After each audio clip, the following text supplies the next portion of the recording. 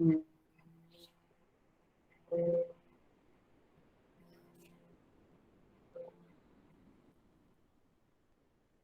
सहना भवतु सहनौ भुनक्तु सह वीर्यं करवावहै तेजस्विनावधीतमस्तु मा विद्विषावहै।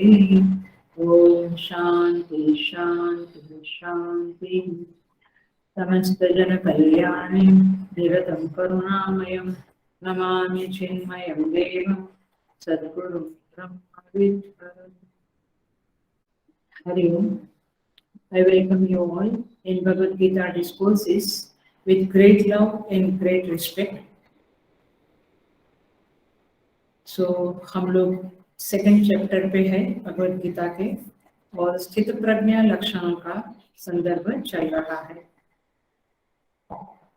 We will chant from 54 स्थित प्रज्ञा लक्षण।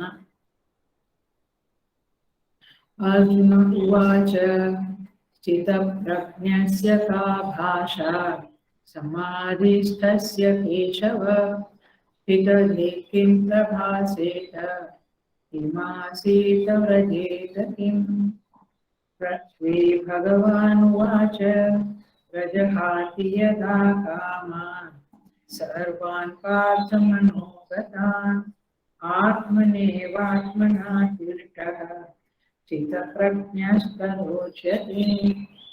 दुःखे स्वनुद्विग्नमनाः सुखेषु विगतस्पृहः वीतरागभयक्रोधः स्थितधीर्मुनिरुच्यते। यः सर्वत्रानभीष्णेहः तत्तत्प्राप्य शुभाशुभं नाभिनन्दति न द्वेष्टि तस्य प्रज्ञा प्रतिष्ठिता। यदा संहरते चायं तूर्णोऽङ्गानीव सर्वशः इन्द्रियाणीन्द्रियार्थेभ्यः तस्य प्रज्ञा प्रतिष्ठिता। विषया विनिवर्तन्ते। आज का श्लोक। विषया विनिवर्तन्ते निराहारस्य देहिनः रसवर्जं रसोऽप्यस्य परं दृष्ट्वा निवर्तते। यततो ह्यपि कौन्तेय पुरुषस्य विपश्चितः इन्द्रियाणि प्रमाथीनि हरन्ति प्रसभं मनः तानि सर्वाणि संयम्य युक्त आसीत मत्परः वशे हि यस्येन्द्रियाणि तस्य प्रज्ञा प्रतिष्ठिता।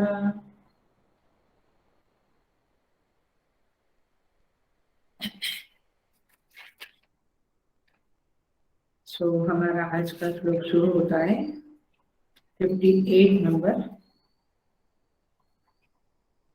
विषया विनिवर्तन्ते निराहारस्य देहिनः रसवर्जं रसो यस्य परं दृष्ट्वा निवर्तते। यहाँ पे भगवान कहते हैं विषया विनिवर्तन्ते, जो संयम करता है। पिछला श्लोक देखो, कच्छप की तरह जो संयम सीख गया है, संयम करता है, उसके पास से विषय तो विनिवर्तन्ते, विषय चले जाते हैं। जरा सा पिछला याद कर लेना माइंड में, पिछले श्लोकों को संयम के ऊपर चल रहा था। विषया विनिवर्तन्ते, विषय चले जाते हैं उनके पास से। निराहारस्य देहिनः, जो व्यक्ति विषयों का ग्रहण नहीं करती है, उनके पास से विषय तो दूर चले जाते हैं। लेकिन कैसे जाते हैं, ये टेक्निक आप समझ लो तो बहुत ही अच्छा पड़ेगा। एक टेक्निक है, माने एक नियम है कि विषय को जब हम ग्रहण नहीं करते हैं तो फिर वे चले जाते हैं। They don't come to us. लेकिन एक बड़ा ही इम्पोर्टेंट शब्द भगवान श्री कृष्ण ने यहाँ बोल दिया है, वह है रसवर्जम। श्लोका number 59, second chapter Bhagavad Gita. रसवर्जम, जरूर गीता को हाथ में रखे, भले शंकर भाष्य ना हो बट छोटी गीता हाथ में रखे।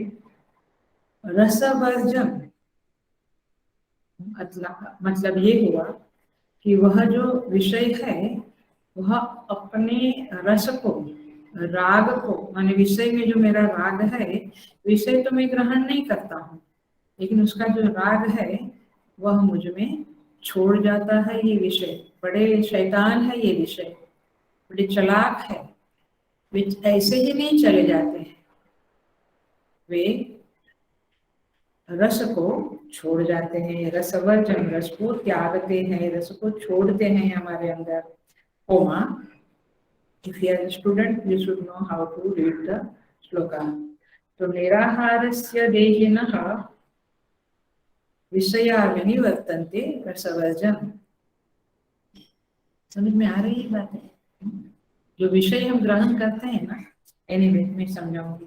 रसो अपि तस्य परम दृष्ट्वा निवर्तते। अस्य, इस साधक का, रस अपि, रस भी, परम दृष्ट्वा, उस परब्रह्म परमेश्वर को देखकर जानकर, निवर्तते, रस कब निकलता है? परमेश्वर को जानने के बाद। विषय कब निकलते हैं, हट जाते हैं? जब हम उसको ग्रहण नहीं करते, हम निराहारी हो जाते हैं, तब विषय चले जाते हैं, लेकिन रस रह जाता है, वो राग अटैचमेंट उस विषय में रह जाता है। वह कब छूटता है? परम दृष्ट्वा निवर्तते, उस परम को देखकर चले जाते हैं। तो इंद्रियों के द्वारा विषयों को ग्रहण न करने वाले माने निराहारी पुरुष के विषय तो निवृत्त हो जाते हैं, परंतु उनमें रहने वाली आसक्ति, रस माने राग, आसक्ति निवृत्त नहीं होती है। स्थित प्रज्ञा पुरुष की आसक्ति परमात्मा का साक्षात्कार करके निवृत्त हो जाती है। तो दो भाग में ये श्लोक का अंडरस्टैंडिंग करना पड़ेगा। तो देखते, निराहारस्य देहिनः, जनरली हम निराहार का अर्थ क्या करते हैं? उपवास, राइट? और उपवास माने हम क्या कहते हैं? भोजन नहीं करना, माने उपवास किया। तो इस तरह से निराहार का अर्थ भोजन नहीं करना ये तो है ही, लेकिन मूलतः इसका अर्थ है विषयों का आहार भी नहीं करना।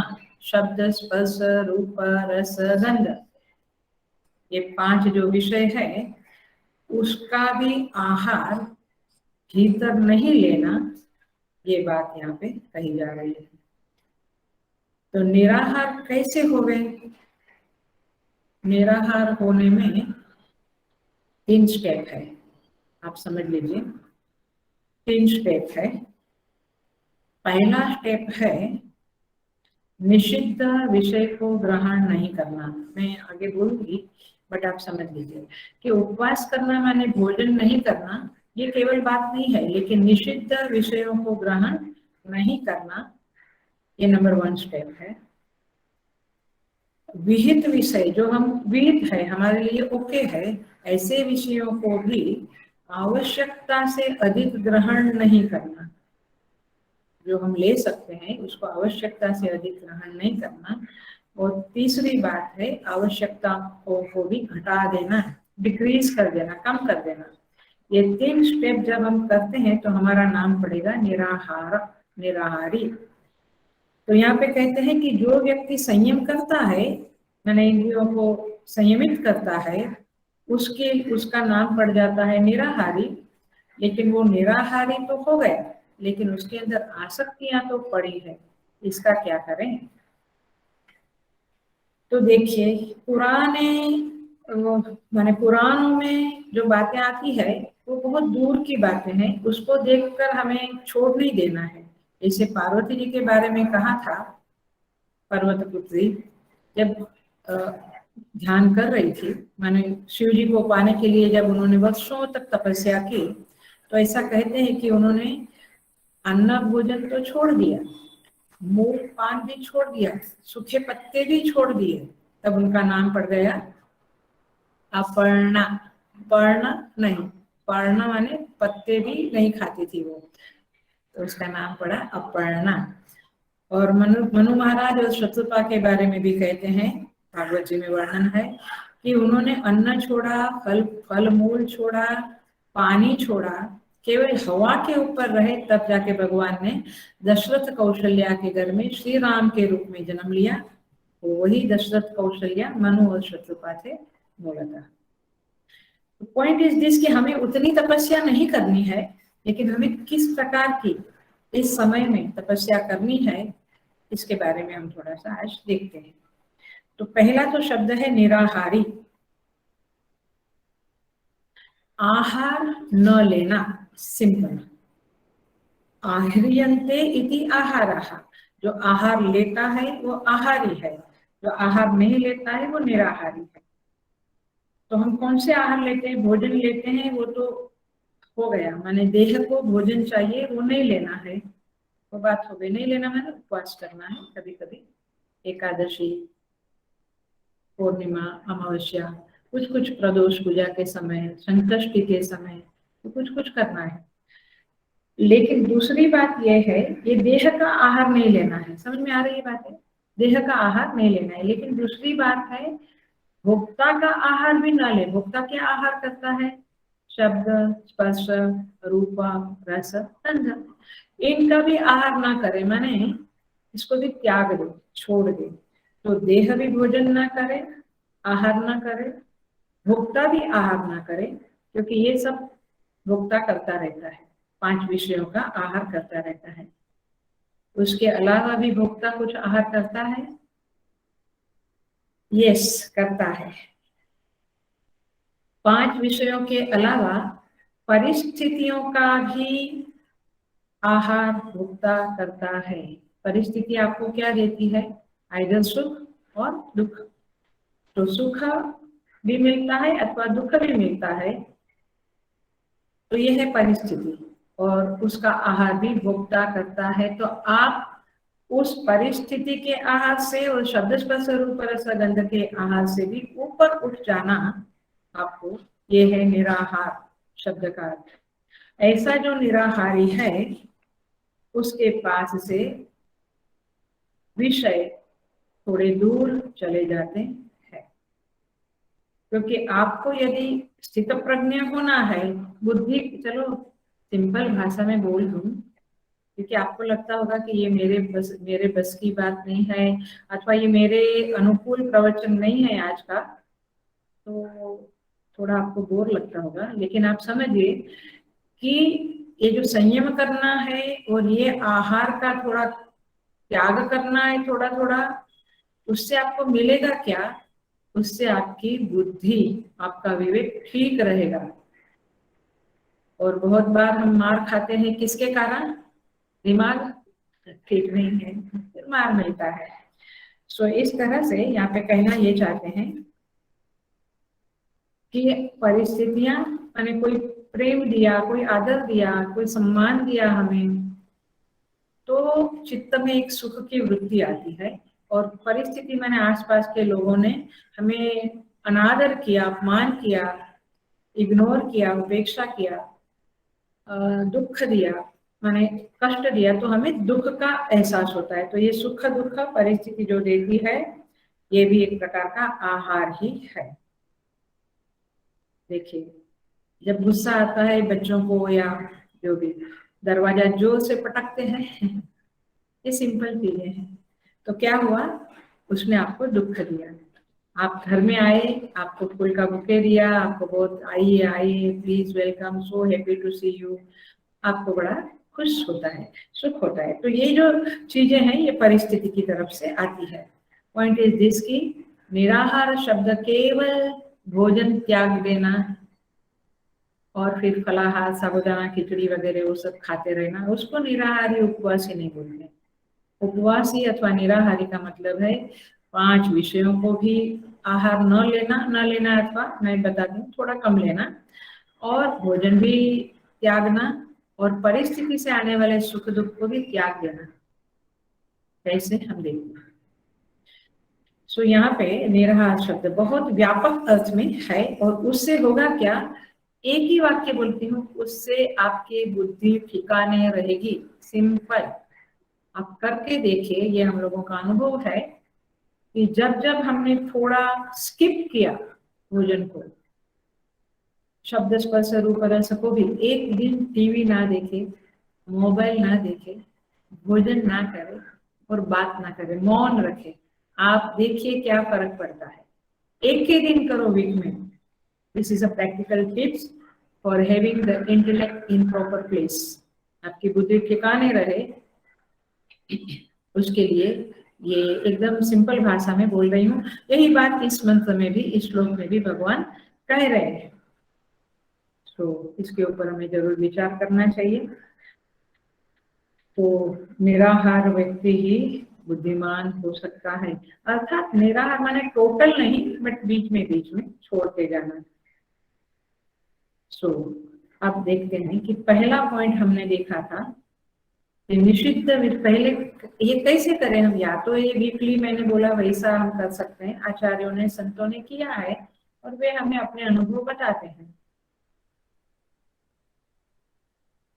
टोटल मौनी बाबा बनने को नहीं कहती हूँ मैं, अथवा संत लोग ऐसा नहीं कहते हैं, बट गृहस्थाश्रम में रहकर कैसे साधना करें ये बातें चल रही है। तो पहला चरण जो है वो है कि निषिद्ध विषयों को तो बिल्कुल ग्रहण ना करें। निषिद्ध विषयों को ना करने से भोक्ता थोड़ा शुद्ध रहेगा और निषिद्ध फूड को, आहार को ग्रहण ना करने से जो देह है वो शुद्ध रहेगा। ख्याल में आ रहा है।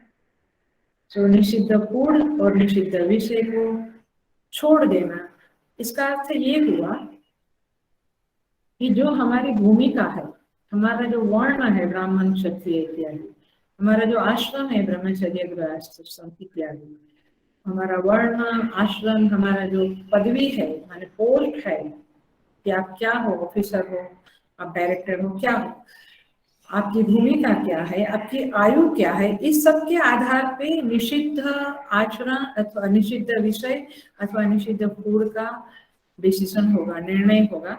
आप ये स्वयं अपने आप से करना है। तो ये विवेक रखते हुए आध्यात्मिक उन्नति के लिए निराहारी बनना एक शर्त है, एक आवश्यक कंडीशन है, इट्स ए मस्ट कंडीशन। सो इसके ऊपर हम विचार करेंगे। तो जैसे जैसे विवेक आपका बढ़ेगा, आपका ये सामर्थ्य निराहार होने का भी बढ़ेगा। इस बात को ध्यान रखिएगा, बिल्कुल पकड़ लेना। जैसे जैसे आपका विवेक बढ़ेगा वैसे वैसे आपका निराहार होने का सामर्थ्य बढ़ेगा, और जैसे जैसे निराहार होने का सामर्थ्य बढ़ेगा वैसे वैसे बुद्धि भी बढ़ेगी। विवेक बुद्धि बढ़ेगी माने विवेक शक्ति आपकी खुलेगी। विवेक शक्ति माने क्या सही है क्या गलत है, कई बार हमको नहीं समझता है, लेकिन ये खुलेगा।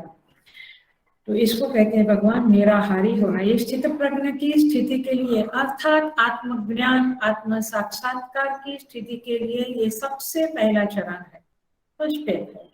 Nursery, junior KG, senior KG. दूसरा चरण है साधक जो विहित विषय है, विहित विषय माने आपके लिए अनुकूल है, आपके लिए अलाउड है, शास्त्रों ने अलाउ किया है, आचार्यों ने, बड़ों ने, गुरुजनों ने अलाउ किया है। वो विहित विषयों में भी जितनी आवश्यकता है उतना ही ग्रहण करें, तो ये सेकंड स्टेप हो जाएगा आपका यात्रा में। You are progressing, you are proceeding towards the goal. तो विहित का त्याग नहीं करना है, बट विहित में जो अत्यंत आवश्यक है उतना ही ग्रहण करो, जो आवश्यक नहीं उसका त्याग करो। क्यों?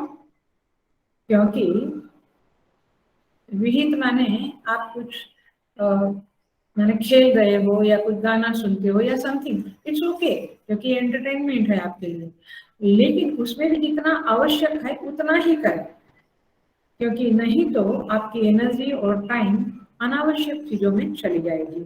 और इसलिए समय, ऊर्जा, इसको बचाने के लिए, बचाना क्यों है, क्यों बचाना है? क्योंकि उसको फिर जप तप में इन्वेस्ट करना है। निवेशित करना है। इसलिए आपको सेकंड स्टेप है, विहित में भी आवश्यक पदार्थों को ग्रहण करो, अनावश्यक को छोड़ो। तीसरा स्टेप है, जब हम अनावश्यकता की तरफ ध्यान देने लगते हैं तो बहुत कुछ चीजें छूट जाती है। हमें समझ में आता है कि इसकी तो वास्तव में कोई जरूरत ही नहीं थी, अननेसेसरी हम ये सब कर रहे थे। फालतू का टीवी देखते समय एडवर्टाइज भी देखते ही रहते।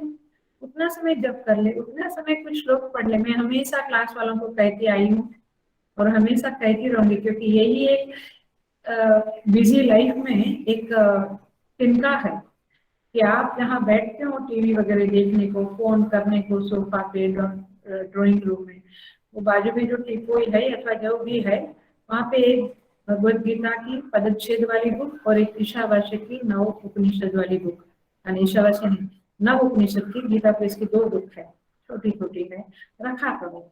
जैसे बीच में कुछ मजा नहीं आया, कंटाला आया तो भी देखते रहते हैं। इसके बदले थोड़ा ग्रंथ खोलो, एडवर्टाइजमेंट के समय ग्रंथ खोलो, 2 श्लोक पढ़ लो। ऐसे करते करते करते आपको फिर रस इधर लगने लगेगा।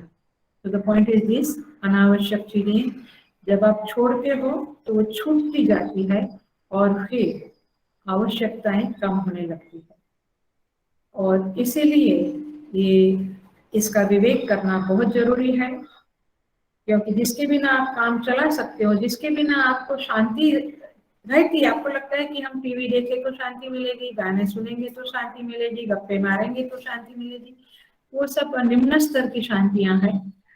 तो इसीलिए आपका समय साधना में डालें, यही मुख्य बात है। तो निराहार होने की ये 3 स्टेप्स है। निषिद्ध का त्याग करो, विहित में जो अनावश्यक है उसका त्याग करो, और जो आवश्यक है उसका भी धीरे धीरे त्याग करने की सामर्थ्य डेवलप करो। तो इस तरह से यहाँ पे ये 3 चीजें कही है। तो होगा क्या? होगा ये रसवर्जन। ये विषय तो वापस विनिवर्तन थे, विषय तो चले जाएंगे आपसे, they will not disturb you more. और आई थिंक कि हम लोगों का अनुभव भी है, कोई कोई चीजों को हमने छोड़ा है तो वे बाद में हमें डिस्टर्ब नहीं करती है। बिगिनिंग में थोड़ा डिस्टर्ब करती है, हमें तकलीफ होती है उसको त्याग करने को, लेकिन धीरे धीरे वो छूट जाती है। हमने डिसाइड किया कि सत्संग के समय तो हम सत्संग ही करेंगे और कुछ नहीं करेंगे, तो वो देखिए आपका सत्संग का समय आपको मुबारक हो जाएगा, क्योंकि आपने डिसीजन लिया है। जप के समय हम जप ही करेंगे और कुछ नहीं करेंगे, तो वो समय भी आपका हो जाएगा। तो इस तरह से विषय विनिवर्तन, उस समय सारे विषय दूर रहेंगे। आप देखिएगा फोन भी ना उठा रहे उस समय, तो फोन करने वाले को भी पता चलेगा कि रोज मैं सुबह 8 बजे फोन करता हूँ, ये उठाते नहीं, उस समय थोड़े जप तप पूजा पाठ करते होते हैं, अब वो टाइम पे नहीं करेगा। आया, सामने वाले को भी समझ में आ जाता है। तो इस तरह से विषय दूर हो जाएंगे अपने पास से। लेकिन मुख्य शब्द है रसवर्जन। ये रस छोड़ देंगे, आपके अंदर राग आसक्ति छूट जाएगी। माने वो जो विषय है वो आपके अंदर डाल के चले जाएंगे। माने आसक्ति इतनी जल्दी नहीं छूटेगी, विषय तो छूट गया, आसक्ति नहीं छूटेगी, राग अटैचमेंट नहीं छूटेगा। इसका मतलब क्या है, ध्यान से सुनना, be very attentive, very alert. रस का अर्थ है आसक्ति, राग, अटैचमेंट, लेकिन उसका और एक स्टेप डीपर में जाए तो इसका अर्थ है शोभन बुद्धि। माने उधर आपकी शोभन बुद्धि, माने आपको वो अच्छा लगता है। आपने टीवी सीरियल छोड़ा और बोला नहीं, इस समय में गीता पाठ करूंगा अथवा जप करूंगा अथवा शास्त्र पढ़ूंगा। तो शोभन बुद्धि जो आपकी सीरियल में थी, माने विषय तो गए, आपने टीवी बंद कर दिया, सीरियल छोड़ दिया, तो वो सीरियल वाला विषय तो छूट गया, लेकिन उसमें जो शोभन बुद्धि है ना, अभी क्या हुआ होगा उसका आगे, फिर फोन करके पूछे, वो शोभन बुद्धि रह जाती है। इसका अर्थ है महत्व बुद्धि। अभी तक आपके चित्त में शास्त्र और सीरियल के बीच में महत्व बुद्धि जो है वो सीरियल में है। भले आपने विषय को छोड़ा, शास्त्र को पकड़ा, लेकिन अभी भी वो रस गया नहीं। देखिए बोल रही हूँ, मुझे लगता है ये सबका अनुभव ही है। और इसलिए कोई लॉजिकल बात नहीं है, ये सीधी सीधी अनुभव वाली बातें हैं। और तीसरा है सुख बुद्धि, उसमें से सुख मिलता है। या शास्त्र पढ़ने से तो बोर होता है, सीरियल देखने से सुख मिलता है। ये सुख जब जब तक आपको वहां से मिलता रहेगा तब तक आपके अंदर रस है, ये समझ लेना। शोभन बुद्धि, महत्व बुद्धि, सुख बुद्धि, ये तीनों जब हटेगी, और वो कब हटेगी? भगवान कहते हैं परम दृष्ट्वा निवर्तते। ये रस तो परम, उस परम तत्व को जानकर, उनसे प्रेम करके, भक्ति करके ही छूटेगा।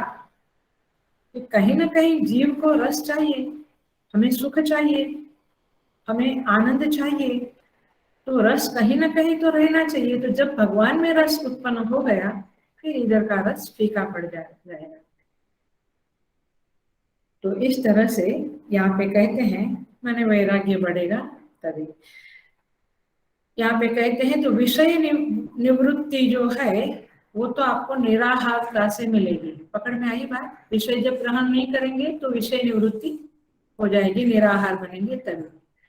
और जो रस निवृत्ति है, आसक्तियां है आपके अंदर, वो तो परम दृष्ट्वा निवर्तते। उस परमात्मा की भक्ति में आप डूब जाओगे, साधना में, शास्त्र के चिंतन में आप डूबोगे, तब वो रस निवृत्ति होगी। यहाँ तक ठीक है? समझ में आ रहा है? बहुत भारी नहीं पड़ रहा है ना? अब एक वाक्य, जबरदस्त वाक्य बोलने जा रही हूँ, please be very very very attentive.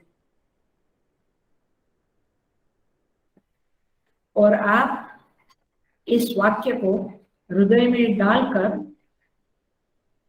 अपने आप में उसकी टेस्ट करते रहना।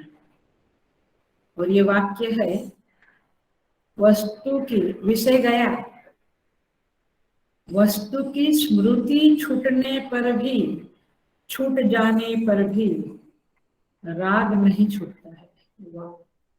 ये जो महात्मा ने, संत ने कहा है, हैट्स ऑफ। शायद आपने पकड़ा होगा तो आपको भाव लगेगा, आपने नहीं पकड़ा होगा तो बोलेंगे पता नहीं क्या बोल रहे हैं। हमने बात करी विषया विनिवर्तन थे, विषय छूट गए, और हमने बात की रस की निवृत्ति हो गई। कब? परम दृष्ट्वा निवर्तते, परम परमेश्वर की भक्ति या दर्शन मिल गया तो रस भी निकला। लेकिन बीच का एक स्टेप है जो मैं अभी बोल दिया, और वेरी अटेंटिव लोग इसको पकड़ लेंगे। बीच का स्टेप है, वस्तु की स्मृति छूटने पर भी, हेलो, राग नहीं जाता है। आप अनुभव करना। बहुत बहुत लोअर टाइप के एग्जाम्पल तो नहीं दे सकती हूँ, परंतु कोई व्यक्ति, कोई स्थान जो भी है, अथवा कोई विषय, उसकी स्मृति नहीं आती, याद नहीं आती अभी हमें, लेकिन जरा ढंढोले अंदर हृदय में, तो उसका, उसके प्रति आसक्ति तो बनी है अभी तक। अब आप ही कोई सोचिए ना कि इसका क्या मीनिंग है। तो पॉइंट इज दिस की यहाँ पे मूल बात यह है, रसवर्जम, रस छूटना चाहिए। मैंने चाय छोड़ दी, मैंने मिठाई छोड़ दी, बहुत बहुत लोअर, बहुत ही लोअर त्याग है। या एक और भी बात बता दें कि एक रसगुल्ला रोज, मैंने एक रसगुल्ला जब भी खाते हैं तो खाते हैं क्योंकि डायबिटीज है, उसके बदले कभी दो खा लिया तो अरे मेरा संयम टूट गया। ऐसा संयम को ऐसे नहीं लेना है, सब चीजें समझनी है। संयम क्या है, निराहारता क्या है, इसको विवेक पूर्वक समझना पड़ेगा। सो यहाँ पे मूल बात है। अब एकदम एकदम अटेंटिव वाली बात बता दूं, ये हम सब की कहानी है, ये मजेदार कहानी है, ये माया का जबरदस्त खेल है हमारे साथ। ध्यान से सुनिएगा। जहां पर हमारी सुख बुद्धि रहती है, वो विषय को हम छोड़ देते हैं। क्यों छोड़ते हैं? क्योंकि उसमें दोष बुद्धि भी आई। तो अर्धांश में दोष बुद्धि है, अर्धांश में सुख बुद्धि है। मैं बिल्कुल सिंपल एग्जांपल दे रही, तो है ड्रिंक पीने वाला या सिगारेट पीने वाले जो चेन स्मोकर होते हैं, उनके अंदर क्या दोष बुद्धि नहीं है? वे जानते हैं कि ये गलत है, वे जानते हैं कि ये मेरे को कैंसर देगा, नुकसान करेगा, मेरा जिंदगी बर्बाद हो रहा है, मेरे रिलेशनशिप खराब हो रही है, सारे दोष उसको समझता है। तो दोष बुद्धि भी है, लेकिन साथ साथ सुख बुद्धि भी है। हाँ, आई एम गेटिंग जॉय, मैं इसके बिना रह नहीं सकता। तो मतलब ये हुआ, शोभन बुद्धि भी है और दोष बुद्धि भी है। तो कमजोरी पे ग्लानि भी है और एंजॉय भी करता है। ये कॉन्ट्राडिक्शन 99% लोगों के जीवन में चलता रहता है। एक दिन सत्संग बंद किया, एक दिन की बात कर रहे हैं, वो आदत की बात की मैंने। एक दिन सत्संग बंद किया, ग्लानि होती है ना। लेकिन तो पॉइंट ये है कि आपको अपना विवेक करना है कि क्या चीजों को, क्या विषयों को छोड़ देना है, किसे मुझे पकड़ के रखना है, क्या मुझे मेरे लिए कल्याणकारी है। तो अर्धांश में शोभन बुद्धि, सुख बुद्धि और अर्धांश में दोष बुद्धि, ये वाक्य को भी आज दूसरा वाक्य आपको मिला है प्रैक्टिकल टिप्स में। इसको जरा पकड़ के रखना और समझ लेना। कह दिया मैंने उनको, कह दिया, लेकिन बाद में क्या हुआ, रिलेशनशिप टूटी। कह दिया का सुख बुद्धि हो गया, हाँ संतोष हुआ, मैंने बोल दिया, लेकिन बाद में आया। हर चीज में इस तरह से तमाशा चलता है माया का। तो अपना नुकसान और अपना कल्याण को समझने की बुद्धि डेवलप करे, ये भगवद गीता के आधार पे। और परम दृष्ट्वा निवर्तते, उस परम का हम दर्शन करें, तब जाकर बात बनेगी। आगे बढ़ जाते हैं मेरे ख्याल से, क्योंकि एक एक श्लोक ऐसे है कि 10-10 क्लास उसके ऊपर लेवें, तब जाके वो चीजें इंजेक्ट होगी। बट हम लोग आगे बढ़ते हैं। आगे कहते हैं भगवान, यततो ह्यपि कौन्तेय पुरुषस्य विपश्चितः इंद्रियाणि प्रमाथीनि हरन्ति प्रसवं मनः। यततो अपि, बीच में है ही।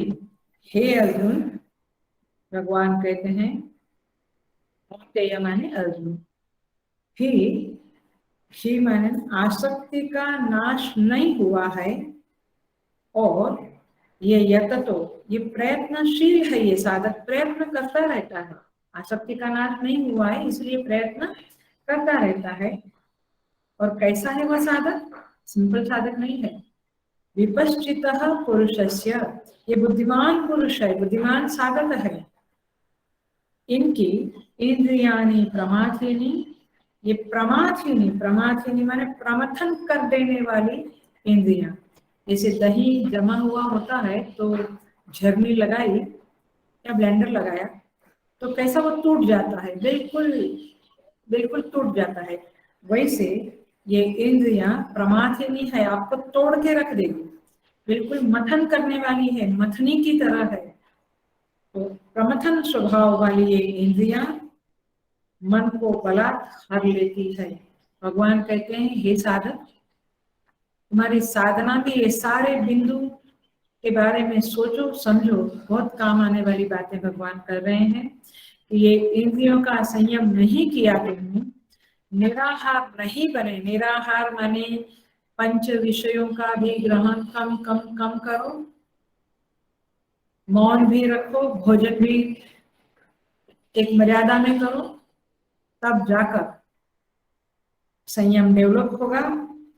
यदि ये सब नहीं किया, और हाँ मैं बहुत पूजा करता हूँ, जप करता हूँ, और मैं शांति से रहता हूँ, ये बातें ठीक है, लेकिन फिर भी निराहारी तो बनना ही पड़ेगा, संयम को तो डेवलप करना ही पड़ेगा। और आगे चल के मालूम पड़ेगा आपको यहीं पे कि संयम माने क्या होता है। वो शब्द भी बहुत डील नहीं हुआ है, करेंगे। तो ये ऐसी इंद्रियां जो है वे आपके मन का भी हरण कर लेती है। जरा देखिए इसको, इसको कैसे समझना है। यत तो अब ये बड़ा मजेदार शब्द है, और ये जो करता है उसी को ये श्लोक लागू पड़ेंगे। बाकी श्लोक पढ़ने की और सुनने की भी कोई जरूरत नहीं है, सुन लो ताकि थोड़ा संस्कार बन जाए, बट साधना में उपयोग में लाना है तो ये श्लोक जबरदस्त उपयोगी है, जबरदस्त प्रभाव देने वाले हैं। तो मेधावी पुरुष है, विकसित माने मेधावी पुरुष है, उसके विवेक को, मन को हर लेता है, माने उसके विवेक को ये इंद्रिया मथन कर डालती है, उसका हरण कर डालती है। इसलिए भगवान यहाँ पे श्रवण मनन करने वाले हायर साधक की बात करते हैं। बाकी का साधारण लोगों का तो 24 घंटा इंद्रियां उसके मन का हरण करती ही रहती है ना। खाते समय थोड़ा ज्यादा खाए, सोते समय, बात करते समय, टीवी देखते समय, कुछ चैट करते समय, व्हाट्सएप पढ़ते समय, हर समय विवेक का हरण हो जाता रहता है। तो ये तो चलता रहता है। आसक्त माने ऐसे साधारण लोगों की बात नहीं है, ये हायर साधक की बात है, जो बिल्कुल प्रयत्नशील है, जो संयम को प्राप्त करने के लिए पीछे पड़ा हुआ है, मेहनत साधना करता है। इसका भी इंद्रियां उसके विवेक को दूर कर देती है, माने विवेक को हरण कर लेती है। कभी कभी लोग बातें करते हैं, पूछते भी है, ऐसे कैसे, इतने बड़े स्वामी है, इतना ब्रह्मचारी है, ऐसा कैसे हो गया? हाँ, तू नहीं समझ सकेगा, लेकिन तू तो कभी प्रयत्न ही नहीं किया है। आती है बातें समझ में? तू तो कभी प्रयत्न ही नहीं किया है, तो तेरे को क्या समझेगा? तो तू खाली बोलता रहेगा कि इनका ऐसा कैसे हो गया, इनका ऐसे कैसे हो गया, ऐसे कैसे उन्होंने कर डाला। भैया ये ही तो भगवान यहाँ पे कहते हैं, तो ये हम हमारे लिए भी समझे और दूसरों के लिए भी समझे कि ये होता है। आदमी प्रयत्न करता है, चढ़ता है, गिरता है, चढ़ता है, गिरता है, सावधान रहता है, होशो हवास में रहता है, फिर भी इंद्रियां, क्या पीने वाला जब पीता है, ड्रिंक लेता है, उसको उस समय क्या, बाद में की बात अलग है, बट पीने का जो शुरुआत करता है तो क्या उसे पता नहीं होता है, होशो हवास होता है कि ये मैं पीऊंगा तो मेरा नुकसान है, सिगरेट लूंगा या ड्रिंक लूंगा मेरा नुकसान है, वो जानता है। हम भी जानते हैं, 5-7 रसगुल्ला खा लिया तो खाते समय भी अंदर मालूम है, होशो हवास में है, खा लेते हैं।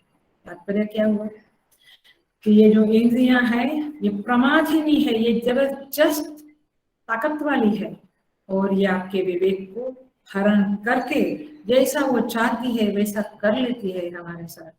और इसलिए भगवान सावधान करते हैं कि आपको सावधान रहना है। ये इंद्रियां का क्या हलचल, उसकी हर चाल आपको देखनी है, क्योंकि ये प्रज्ञा जो है, ये जो विवेक है, बुद्धि है, ये हमारी साधन संपत्ति है, और ये संपत्ति को चुरा के ले जाती है।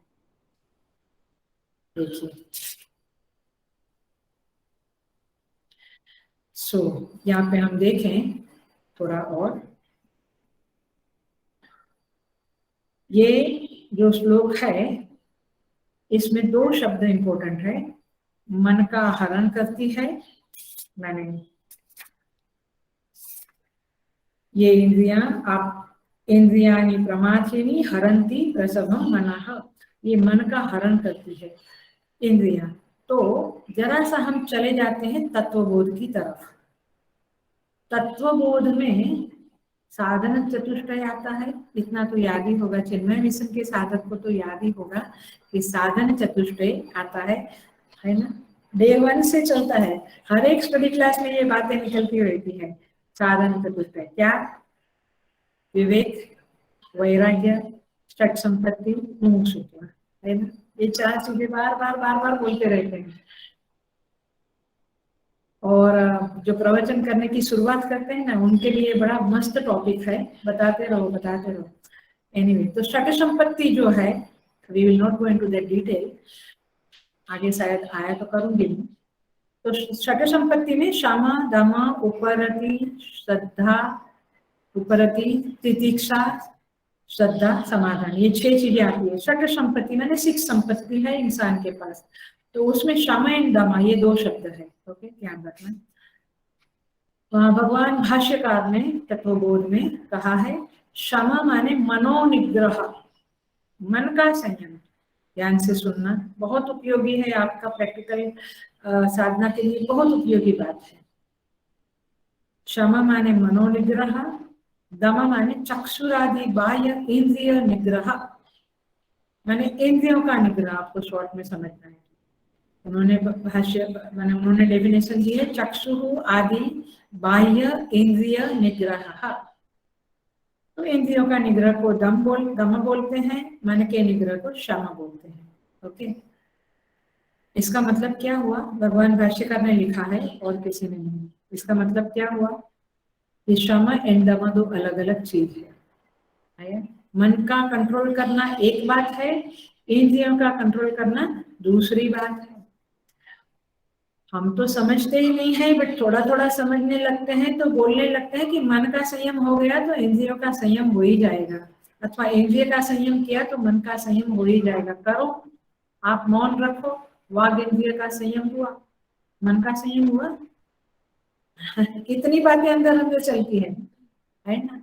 और मन का संयम कभी हुआ, देखिए कई बार इंटरव्यू देने वाले लोग या ऐसे पैनल चलती है, they are dealing with a very subtle subject.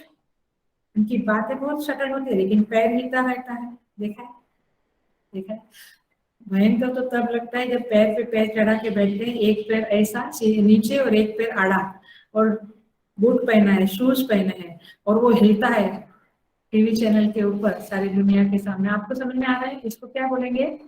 दम का अभाव। मुझे ये एग्जाम्पल देने पड़ते हैं क्योंकि शायद ऐसे ना समझे तो। आया दम का अभाव।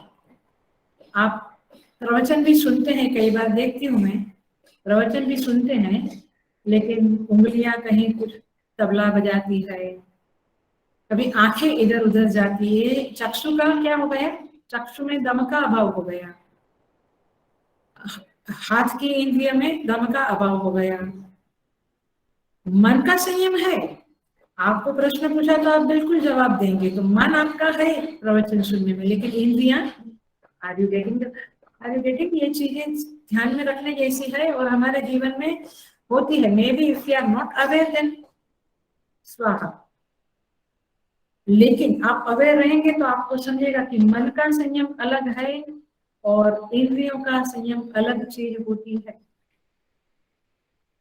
देखिए ये ट्रक ड्राइवर वगैरह का भी एक बिहेवियर, बाहर जब हम ऐसी जगह में जाते हैं तो देखा है, गाड़ी पे गाड़ी रखते हैं, मैंने कुछ जरा सा कुछ किसी ने ओवरटेक किया तो भी चार गाली निकलती है उनके पास।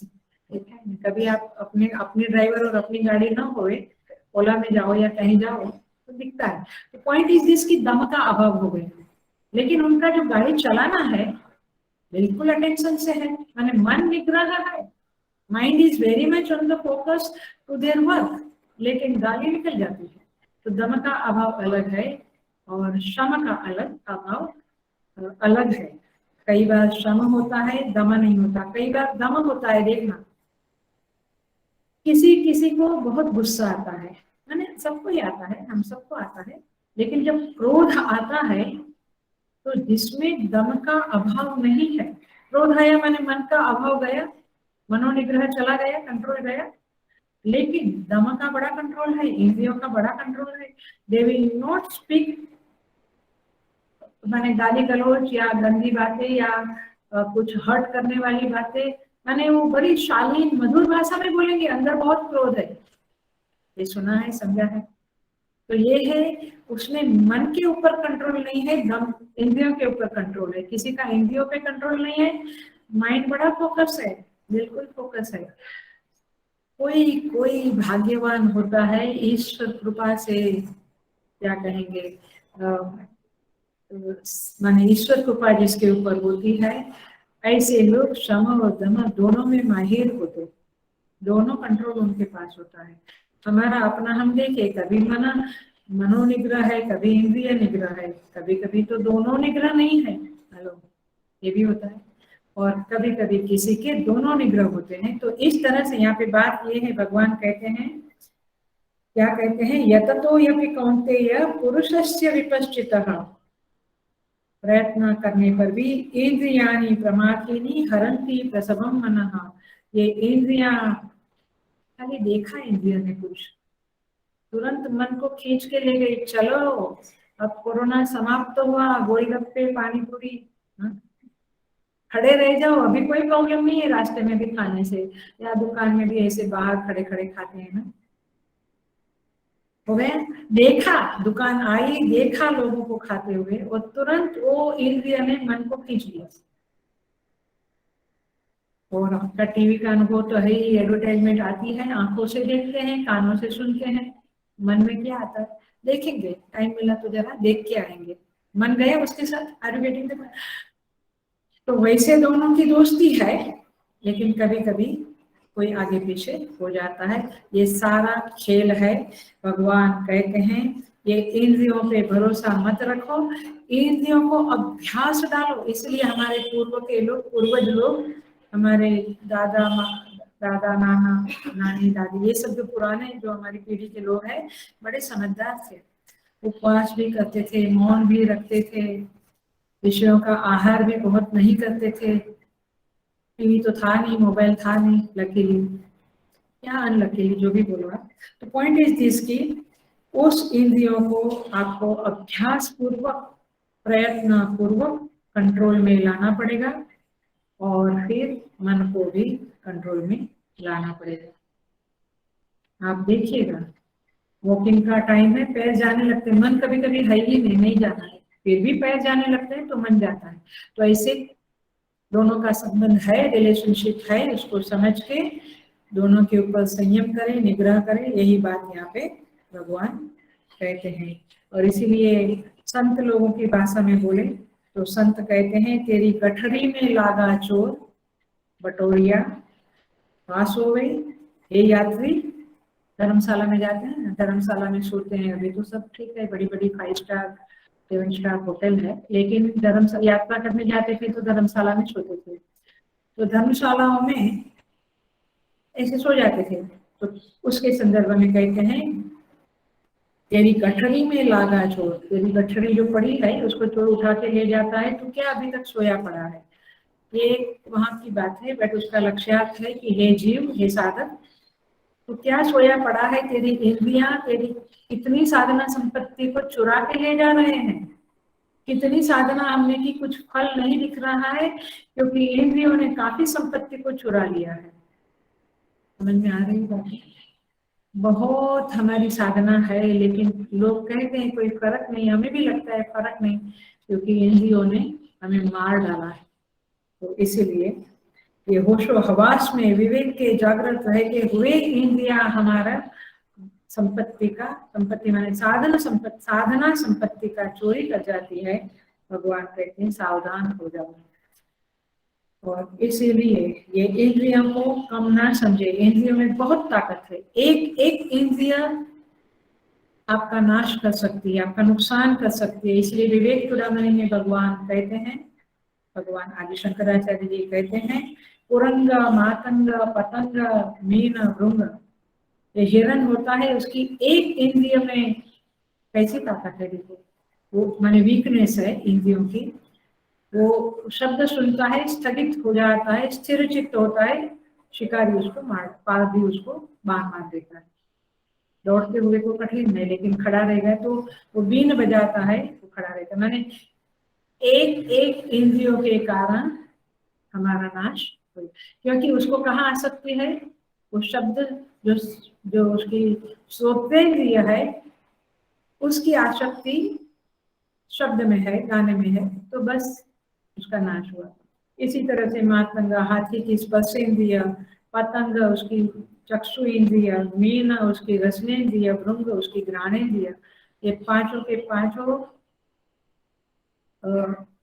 पशु पक्षियों का एग्जाम्पल देकर भाष्यकार कहते हैं कि इंद्रियों में बहुत ताकत है, वो आप माने वो विषय की ओर खींचती जाती है और आपके मन को भी ले जाती है, आप उनसे सावधान रहिएगा।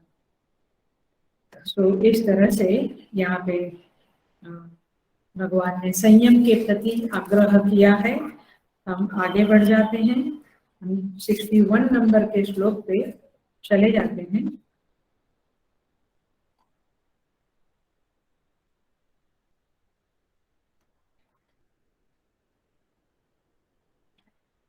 तानि सर्वाणि संयम्य। अब भगवान उपसंहार करते हैं इस श्लोक के अंदर। संयम के प्रकरण का उपसंहार हो रहा है। वैसे आपको बता दें थोड़ा सा और भी बताएंगे फिर से। 55 नंबर से भगवान का बोलना शुरू हुआ स्थितप्रज्ञ के लक्षण में, राइट। 55 में भगवान ने प्रज्ञा की स्थिरता के बारे में बताया और आगे भगवान 56, 57 में भगवान कहते हैं वो जो आपका जो सुख दुख परिस्थिति के जो द्वंद्व है उसके आघात से आप कैसे ऊपर उठेंगे, माने परिस्थिति निरपेक्ष कैसे बने। आप परिस्थिति आई, आपने मार खाई, आप गिर गए, पतन हो गए, परिस्थिति से जरा ऊपर कैसे उठे, समता को कैसे जीवन में अपनाए, उसकी बात भगवान ने 56, 57 में करी। 58 से 68 तक, 58 से 68 तक भगवान क्या कहते हैं? भगवान कहते हैं 68 तक कि तुम्हारे अंदर संयम कैसे डेवलप होगा। तो संयम के डेवलप करने की बात भगवान करते हैं और 69 में स्थित प्रज्ञ के अथवा आत्मज्ञानी के लक्षण बताते हैं और 70, 71, 72 ये 3 श्लोकों में उपसंहार करते हैं। 70, 71,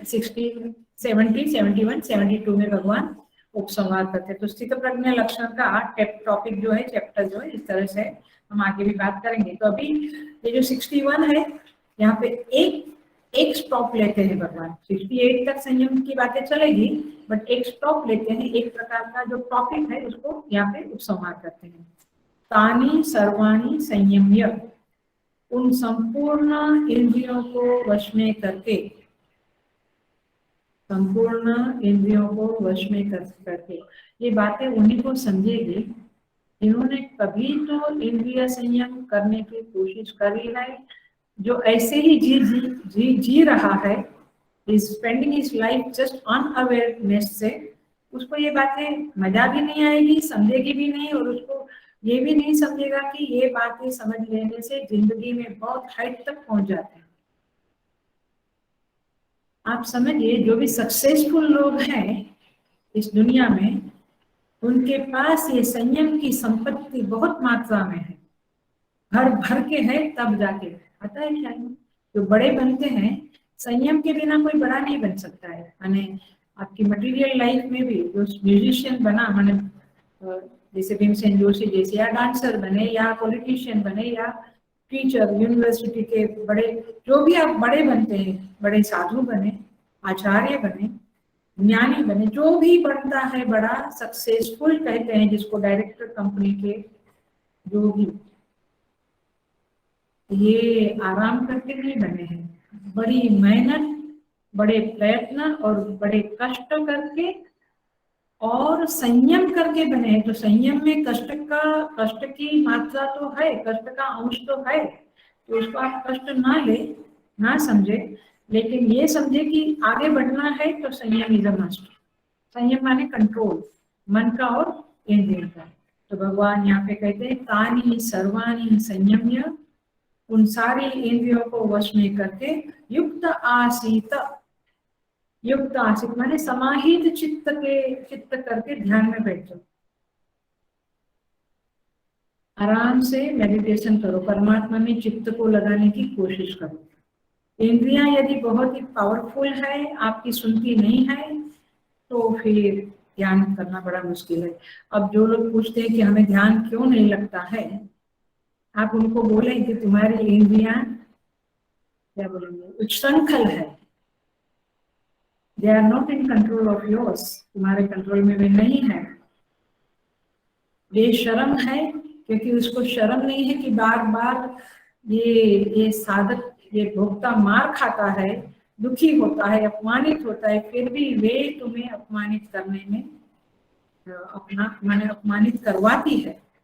दुखी करवाती है। आपका खान आपने एक्स्ट्रा खा लिया, दुखी, एक्स्ट्रा बोल दिया, दुखी। तात्पर्य यह है कि इंद्रियों का जो व्यवहार है वो थोड़ा संभालना पड़ेगा। तो संपूर्ण इंद्रियों को वश में करके समाहित चित्त हुआ, भगवान कहते हैं मत परह, मेरे परायण होकर बैठ जा, मेरी पूजा में, मेरे जप में, मेरे नाम स्मरण में बैठो तुम। क्यों? ही माने क्यों? वशे यस्य इंद्रियाणि, जिसकी इंद्रियां वश में हो चुकी है, तस्य प्रज्ञा प्रतिष्ठिता, भगवान कहते हैं उसकी प्रज्ञा स्थित हो गई, वो स्थित प्रज्ञा हो गया, वो आत्मज्ञानी हो गया। तो आत्मज्ञानी या self realization is not a like बाजार में मिलने वाली चीज नहीं है, बहुत कष्ट करना पड़ता है। तो उसका पहला ओपनिंग स्टेप है संयम। और इसलिए इस स्थित प्रज्ञा लक्षण में भगवान ने 58 से 68, आप देखो 18 मंत्रों का ये स्थित प्रज्ञा है। Last year Gita chanting competition हुई थी, उसमें ये 18 श्लोक बाय हार्ट करना था। अब अच्छा है आपको बाय हार्ट है, तो ये समझने में आपको सुविधा होगी कि हम क्या चैंट कर रहे थे, है ना। तो कहते हैं कि तस्य प्रज्ञा प्रतिष्ठिता, जिसकी इंद्रिया वश में है उसकी प्रज्ञा प्रतिष्ठित है, माने उसकी प्रज्ञा स्थिर हो चुकी है, वो आत्मज्ञान की ओर आगे बढ़ चुका है। और इसीलिए भगवान कहते हैं तानि सर्वाणि संयम्य। देखिए कैसे ये होगा, ये संयम्य कैसे होगा, 3 स्टेप बताती हूँ मैं जो आचार्यों ने बताया है। अभिप्राय पहला है, अभिप्राय यह है संयम करना इंद्रियों का पहला स्टेप है आत्मनिरीक्षण, सेल्फ ऑब्जर्वेशन, सेल्फ जो इंट्रोस्पेक्शन बोलते हैं ना आप लोग, उसको कहेंगे सेल्फ ऑब्जर्वेशन अथवा आत्मनिरीक्षण। थोड़ी देर बैठे और जरा सा पूरे दिन के व्यवहार को और जरा सा रिवाइंड करें माइंड के अंदर, रिमाइंड करें माइंड के अंदर। तो ये है पहला आत्मनिरीक्षण शब्द, जिससे संयम करने में आपको सहायता होगी, क्योंकि आपको पता चलेगा कि क्या क्या गलती हुई है, you will try to not to do that again. दूसरा स्टेप है ऐसे सत्संग में रहे, ऐसे लोगों के संपर्क में रहे जिसके प्रति आपको आदर है, श्रद्धा है। दोस्ती है वाली बात नहीं करते भगवान, दोस्तों के संदर्भ में तो यू नेवर नो, कभी कभी आप आगे बढ़ते हैं तो आपको कैसे नीचे ढकेलना उसकी बढ़िया तरह से एडवाइस देते हैं कभी कभी। तो दोस्ती का तो बहुत, मैंने अच्छे दोस्त मिलते हैं तो बात अलग है, बट बहुत ज्यादा वहां पे भरोसा नहीं है। लेकिन जो श्रद्धेय है, जिनके प्रति आपको श्रद्धा है, आदर है, जो गुरुजन है अथवा माता पिता है, विचारशील लोग है, सुसभ्य लोग है, शालीन लोग है, सुसंस्कृत लोग है, ऐसे लोगों की कंपनी को ढूंढो, ऐसी कंपनी में रहो। कभी कभी तो एक बात के आधार पे एक छोटा सा कुछ होता है तो हम ऐसे लोगों की कंपनी छोड़ देते हैं। नहीं, आश्रम में कुछ देखा तो सब गुरुजनों को भी छोड़ दिया, समझ में आता है। नहीं, कुछ गलती देखने से माने ये विचारशील व्यक्ति नहीं होता है। तो ऐसे अच्छे महान लोगों के साथ, हमसे ज्यादा समझदार लोगों के साथ बैठो, जिसके कारण उनके उठने बैठने बोलने से अपने अंदर वो संस्कार आएंगे, वो विचार आएंगे और हमारी आदतें सुधरेगी। कभी कभी हम छूट दे देंगे तो ये बड़े लोग जो है गुरुजन वगैरह हमें सलाह भी देंगे, हमें टोकेंगे भी सही, और ऐसा होना जरूरी है जीवन में। बहुत उच्छृंखल लाइफ को शास्त्र अलाउ नहीं करता है, मैंने उसको महिमा मंडित नहीं करता है।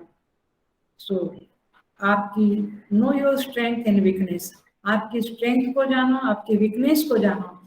देखिए जो कोच होते हैं ना, जैसे बैडमिंटन, क्रिकेट, जो खेल के जो प्रशिक्षक होते हैं, वो हर खिलाड़ी को पहले उसका कमजोर पक्ष, उसका जो निर्बलता कहाँ है वहां उंगली रखते हैं, है ना। और हमें तो हमारे गुरु ने कुछ कह दिया, हल्का फुल्का भी, हो गया कल्याण। आप आते क्यों हो गुरुजनों के पास, आचार्यों के, संतों के, महात्माओं के पास? क्या ये आशीर्वाद लेना कि बच्चा हो जाए, बेटी की शादी हो जाए, वो बात ठीक है, लेकिन मूलतः आने का पर्पस यही है कि हमें, और गुरुकुल में रहने का भी कुछ समय आश्रमों में हम जा रहे, तो यही है कि हमें हमारी जो वीकनेस है उसको गुरु बता रहे, अथवा वो वीकनेस हमें आश्रमों में पता चल जाती है। जो कंफर्ट जोन में हम जीते हैं, आश्रम में जाते हैं तो अपनी वीकनेस पता चलती है कि I can't bear this much also, मैं इतना भी सहन नहीं कर सकता हूँ।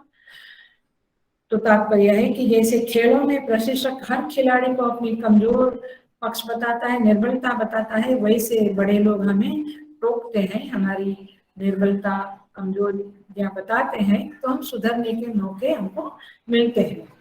तो तब जाके तानी सर्वाणी संयम में होता है, इंद्रियों पे मन पे संयम आता है, कंट्रोल आता है।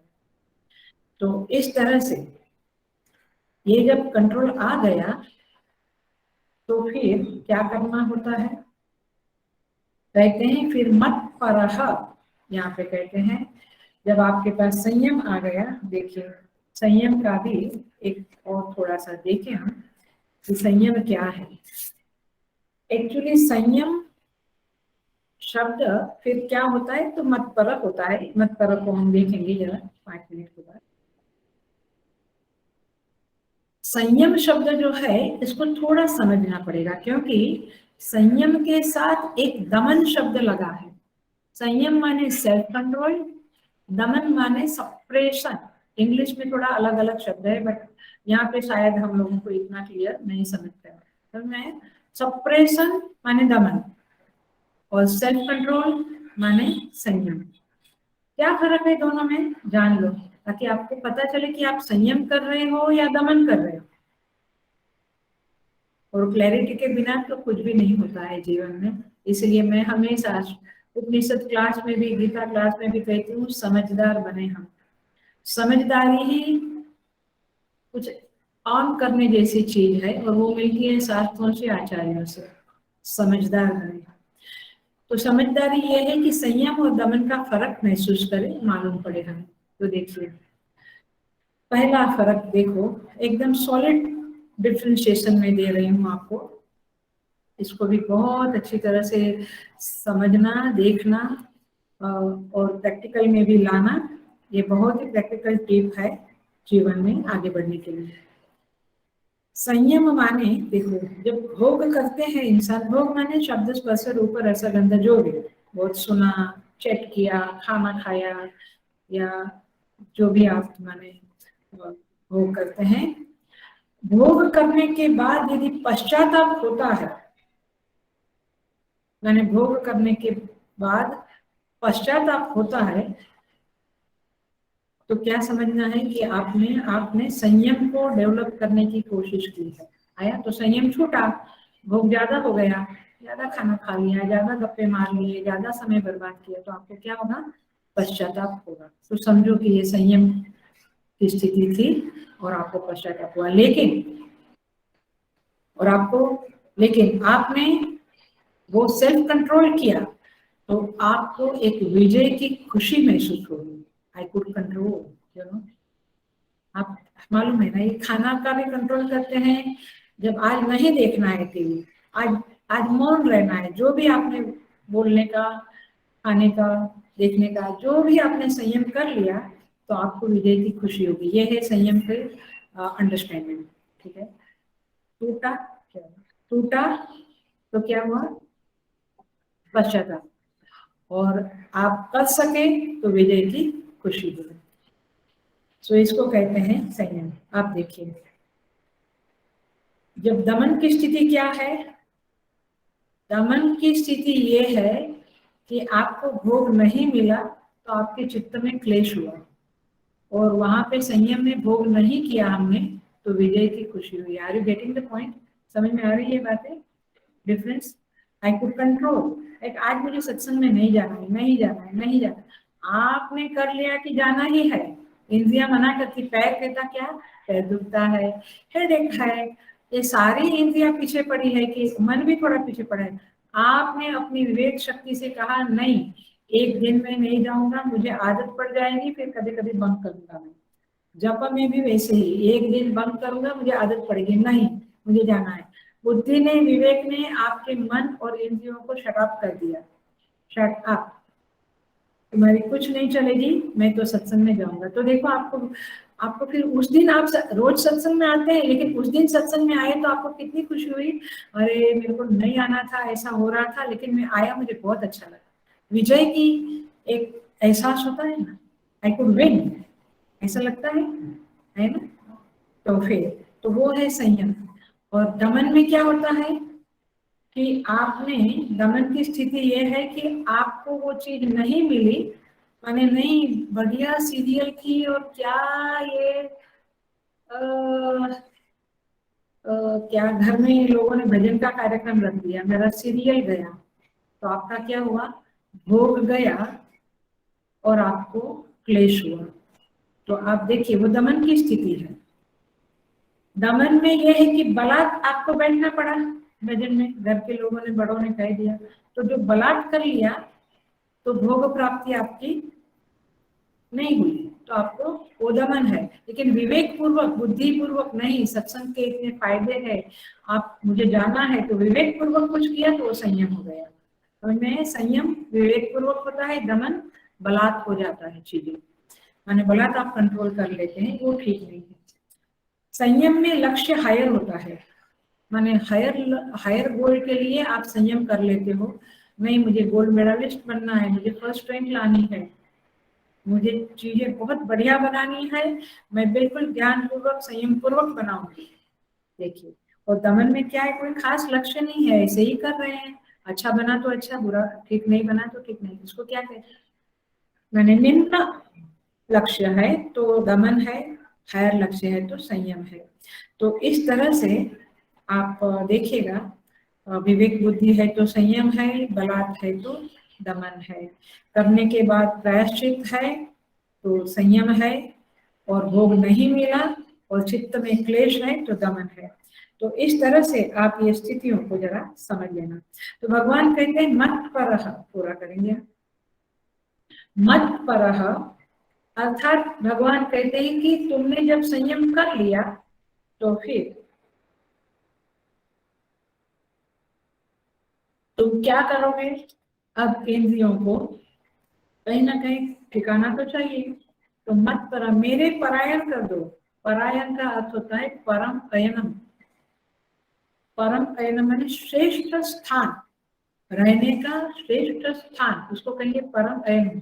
परमात्मा ही रहने का परम स्थान है, अर्थात परमात्मा की स्मृति में रहना, उनके स्मरण में रहना, उनका नाम स्मरण करना, वही हायर स्थान है, तो श्रेष्ठ है। तो इसीलिए परम परायण होना, भगवान कहते हैं तानि सर्वाणि संयम्य युक्त आसीत मत पर, फिर तुम मेरे परायण होकर बैठो, पहले इंद्रियों का संयम करो और फिर मेरे परायण होकर बैठ जाओ। पर का अर्थ होता है श्रेष्ठता, भगवान श्रेष्ठ है, हायर है, बस उसी में बने रहो, उसी के स्मरण में बने रहो। प्रेम एक चीज है और श्रेष्ठता का भाव एक चीज है। जरा ये बात भी जाते जाते बता देती हूँ, आप इसके ऊपर चिंतन करना, हम ज्यादा उसका एनालिसिस नहीं कर पाएंगे अभी। प्रेम भाव और श्रेष्ठता का भाव, कहीं कहीं आपको बड़ा रिस्पेक्ट है, आदर है, श्रद्धा है, सम्मान है, और कहीं कहीं आपको प्रेम है। यदि देखो, एक जनरल स्टेटमेंट देती हूँ, कोई कंट्रोवर्सी वाली बात नहीं है, जनरली वाइफ के प्रति प्रेम होता है, लेकिन गुरु के प्रति श्रेष्ठता का भाव होता है, दोनों भाव एक जगह नहीं होता है बहुत बार। तो जब ईश्वर में श्रेष्ठता का भाव भी हो और प्रेम भी हो, तब उसे कहेंगे मत परह। I think I could explain the way it should be explain, कि कहीं कहीं श्रेष्ठता का, अब जो क्लर्क है या जो ऑफिसर है, उनको अपने डायरेक्टर या जो बड़े होते हैं उनके प्रति श्रेष्ठता का भाव है, लेकिन कलीग के प्रति प्रेम का भाव है, राइट। अलग अलग रहता है ये भाव, लेकिन एक ही जगह पे रहे, then it's something to be achieved, ये कुछ अचीव किया है, उसको कहेंगे मत परह। कभी कभी गुरु के प्रति प्रेम भी गुरु के प्रति होता है और श्रेष्ठता का भाव भी गुरु के प्रति होता है, तो वह है गुरु परायण। हम कहते हैं ना, गुरु की भक्ति में मस्त है ये, ये गुरु परायण लोग हैं, गुरु भक्ति वाले लोग हैं। ऐसे भगवान कहते हैं मत परायण। क्लासिक एग्जाम्पल है मीरा का। अगेन अगेन संतों का ही नाम लेंगे हम, क्योंकि उनको क्या, वो राजकुमारी थी, माने राजघराने की बहू थी बाद में, मेवाड़ का राणा। लेकिन कहाँ श्रेष्ठता का भाव था? वहां नहीं, यहाँ वृंदावन में भगवान कृष्ण में आया। हमारा क्या है? उल्टा उल्टा चलता रहता है। कहीं भगवान में श्रेष्ठता है लेकिन प्यार तो जगत से है। सो पॉइंट इज दिस की श्रेष्ठता का भाव और प्रेम दोनों एक जगह पे हुए और परमात्मा में हुए तो ये मत पर शब्द घटित हो जाता है। मेरे तो गिरिधर गोपाल दूसरो ना कोई, कब बोलेगा आदमी? प्रेम भी वहां है। कब छोड़ेगा राज्य? श्रेष्ठता का भाव भी वही है, तब जाके मेरा नाम से प्रसिद्ध हो जाते हैं। और इसलिए मत पर शब्द बहुत ही इंपॉर्टेंट होता है। देखिए, ये मत पर होने का एक बनिया टाइप की बात करती हूँ। जब कोई राजा का या बड़े अफसर का या क्या बोलते हैं कलेक्टर या बड़े डायरेक्टर या ट्रस्टी या ऐसे लोगों का सहारा ले लेता है कोई व्यक्ति, तो फिर क्या होता है? उसके पीछे कोई लोग पड़े हुए होते हैं, उसको कोई कष्ट दे रहे होते हैं, उसका पैसा किसी ने ले लिया, ये जो सारे प्रॉब्लम है वो सॉल्व हो जाते हैं ना जब वो बड़ों की शरण में चला जाता है। तो इसी तरह से परमात्मा की शरण में जाने से मत पर भगवान को ही श्रेष्ठ मान लिया तो फिर ये जो इंद्रियां रूपी डाकू है, लुटेरे है, वो हमें लूट नहीं पाएंगे। इस बात को आप समझ लो। और इसीलिए इसके काफी एग्जाम्पल्स, बहुत सारे एग्जाम्पल्स है। नरसिंह मेहता, तुकाराम महाराज, नामदेव महाराज, वाचस्पति मिश्र कैसे एब्सॉर्ब हो जाते थे मत परह। वे ब्रह्मसूत्र परह हो गए थे। ब्रह्मसूत्र उन्होंने 31 इयर्स तक उसके ऊपर टीका लिखी। शादी हुई थी लेकिन 31 साल तक उसकी पत्नी उसको खाना पानी दे रही थी, रख के जाती थी कमरे में। 31 साल के बाद जब ग्रंथ पूरा हुआ, वो पत्नी आई, उन्होंने पूछा आप कौन हो? इसको क्या कहेंगे? मत पर। इतने डूबना, उसी ब्रह्मसूत्र की टीका लिखने में इतने डूब गए थे कि पता ही नहीं चला कि मैं शादी किया है और मेरी पत्नी इतनी मेरी सेवा कर रही है। इसलिए उन्होंने बाद में उस टीका को भामती टीका कहा, क्योंकि भामती उसकी पत्नी का नाम है। तो पॉइंट इज दिस की ऐसा मत पर माने वासुदेव प्रत्यगात्मा परह, माने वासुदेव परमात्मा के प्रति परायण हो जाना है, ऐसी बात यहाँ पे कहते हैं। तो ये संयम का प्रकरण यहाँ पे पूरा होता है। आगे भी दूसरा एक पड़ाव भी आएगा। ये पहला पड़ाव है संयम का, 68 में दूसरा पड़ाव आएगा, उसको हम आगे के क्लासेस में देखेंगे। ओम पूर्णमदः पूर्णमिदं पूर्णात् पूर्णमुदच्यते पूर्णस्य पूर्णमादाय पूर्णमेवावशिष्यते। ओम शांति शांति शांति। हरि ओम। श्री गुरुभ्यो नमः। हरि ओम।